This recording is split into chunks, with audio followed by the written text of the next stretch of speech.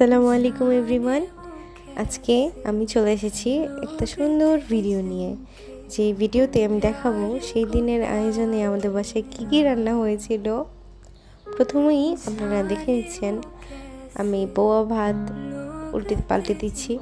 আমি বউয়া ভাত করেছিলাম সেই দিন, সাথে ছিল অনেক পদের ভর্তা বানানোর জন্য প্রথমেই আমি বেগুনটা পোড়া দিয়ে নিয়েছি। আমার কাছে পোড়া বেগুনের ভর্তা অনেক ভালো লাগে।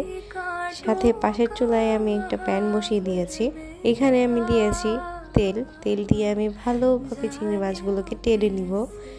এখানে চিংড়ি মাছের ভর্তাও করব, সেই জন্য ভালোভাবে চিংড়ি মাছগুলো টেলে নিচ্ছি। সাথে আরও অনেক পদের ভর্তা ছিল সেই দিনের আয়োজনে। ভর্তাগুলো খেতে যেমন মজা হয়েছিল, তো এইদিকে আমার বেগুনটা প্রায় পোড়া হয়ে গেছে। আমি ভালোভাবে উল্টে পাল্টে চারদিক থেকে পুড়িয়ে নিচ্ছি। আপনাদের কার কার কাছে পোড়া বেগুনের ভর্তা ভালো লাগে অবশ্যই কমেন্ট করে জানাবেন। আর আপনারা কে কোনখান থেকে আমার ভিডিওটা দেখছেন সেটাও কমেন্ট করে জানাবেন। এখানে আমার চিংড়ি মাছটা প্রায় টালা শেষ। পরবর্তীতে আমি আবার তেল দিয়ে নিচ্ছি। এখন আমি শুকনো মরিচ ভেজে নিব। শুকনো মরিচগুলো বেশি ভাজা যাবে না, হালকা করে ভেজে নিয়েছি। সাথে এখানে চিংড়ি মাছ টেলে রেখেছি। আম্মু এক পাশ থেকে আলু ভর্তা করছে। সেদিনে আলু ভর্তাটা খুবই মজা হয়েছিল। এখানে ধনেপাতা, শুকনো মরিচ আর পেঁয়াজ দিয়ে সরিষার তেল দিয়ে আলু ভর্তাটা করা হয়েছিল। এখন আমি ভর্তার জন্য রসুন টেলে নিব। এখানে আম্মুর আলু ভর্তাও হচ্ছে। আপনারা কে কে আলু ভর্তা খেতে পছন্দ করেন সেটাও কমেন্ট করে জানাবেন। আম্মুর আলু ভর্তা মাখা দেখে আমার আবার আলু ভর্তা খেতে ইচ্ছা করছে।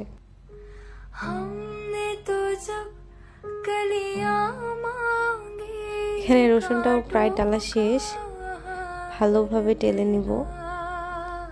আজকে অনেক পদের ভর্তা করা হবে। এখানে আম্মু শুরু করে দিয়েছে ভর্তা বাটাবাটি। প্রথমেই আম্মু ভর্তা করার জন্য চিংড়ি মাছ ভালোভাবে শুকনো মরিচ দিয়ে বেটে তারপরে এটাতে পেঁয়াজ অ্যাড করা হবে। আমি আজকে ভিডিওতে ভয়েস ওভার দিচ্ছি ভর্তাগুলো ডিটেলস রেসিপি দেওয়ার জন্য। এখানে চিংড়ি মাছগুলো শুকনো মরিচ দিয়ে ভালোভাবে বেটে তারপরে পেঁয়াজ আর ধনিয়া পাতা লাস্টে অ্যাড করা হয়েছে আধা বাটা করে। ব্যাস হয়ে গেল আমাদের চিংড়ি মাছ ভর্তা। এখন আমরা করব ইলিশ মাছের লেজ আর মাথার ভর্তা। এর জন্য ইলিশ মাছগুলোকে কড়া করে ভেজে নিতে হবে। আর আমি অলওয়েজ ইলিশ মাছ ভর্তায় কাঁচামরিচটাই প্রেফার করি, তাই বেশি করে কাঁচামরিচ টেনে নিয়েছি। এখন আম্মু পাটায় নিয়ে নিয়েছে লেজ আর মাথার যে ভাজা অংশগুলো সেগুলো ভালোভাবে বেটে নিয়েছে কাটা চাড়িয়ে। এখন দিয়ে দিচ্ছে কাঁচামরিচ আর পেঁয়াজ। এগুলো দিয়ে ভালোভাবে মিক্সড করে আরেকটা বাটা দিলেই হয়ে যাবে আমাদের মজাদার ইলিশ মাছের ভর্তা।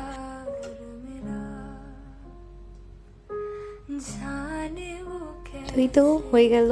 দেখতেই পাচ্ছেন ভর্তাগুলো কতটা লোভনীয়, দেখে আবার মন চাচ্ছে একটু খাই।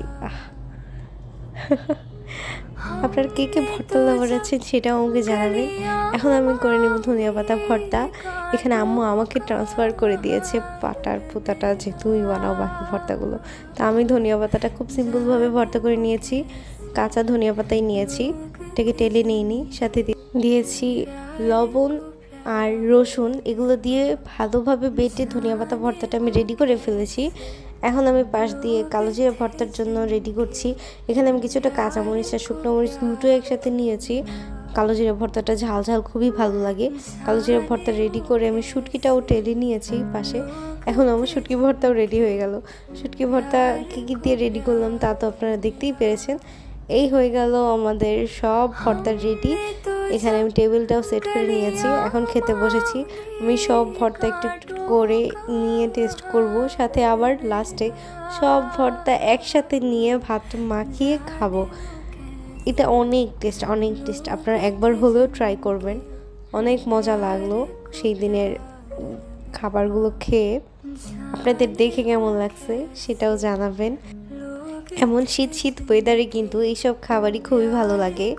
আপনাদের সবার দাওয়াত রইল আমার বাসায়, এসে বউয়া ভাত আর ভর্তা খেয়ে যাবেন। আল্লাহ হাফেজ।